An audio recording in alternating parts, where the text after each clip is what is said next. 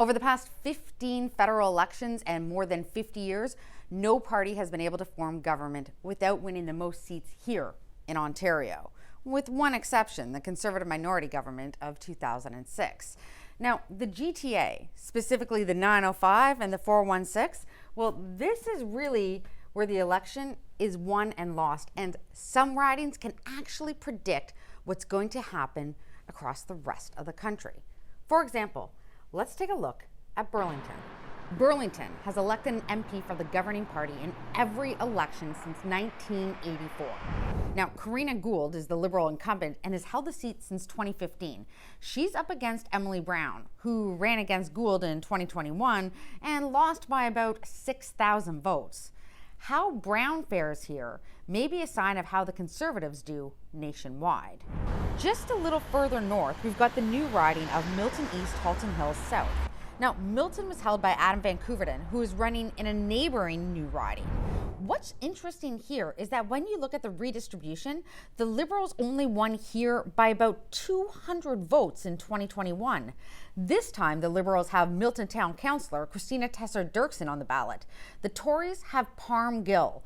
Both major candidates have big name recognition. This could be a very tight race. Moving into the core, let's take a peek at Spadina Harbourfront. Now, this riding may be one of the very few that the NDP actually capture this election.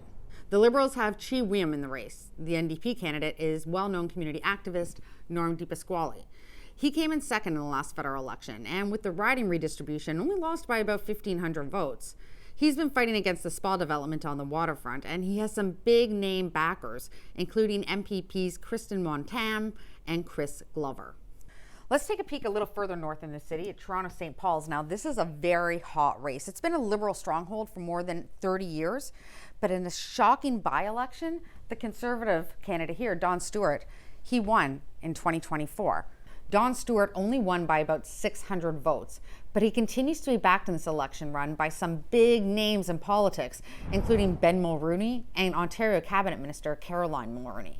She was out canvassing with Stewart just last week. Let's take a peek a little further east into the city. We're going to look at Ajax. Now, this field is wide open. This was a Liberal stronghold since about 2015, but Mark Holland is one of many Liberal cabinet ministers who aren't seeking re-election.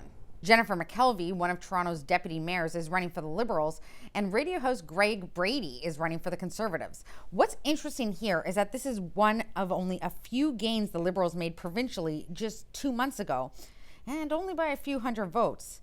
This seat will come down to motivation, and we will be watching and tracking it all. Make sure you tune in tonight for our special election coverage starting right here at 7 p.m. You can also tune in at City News 24/7.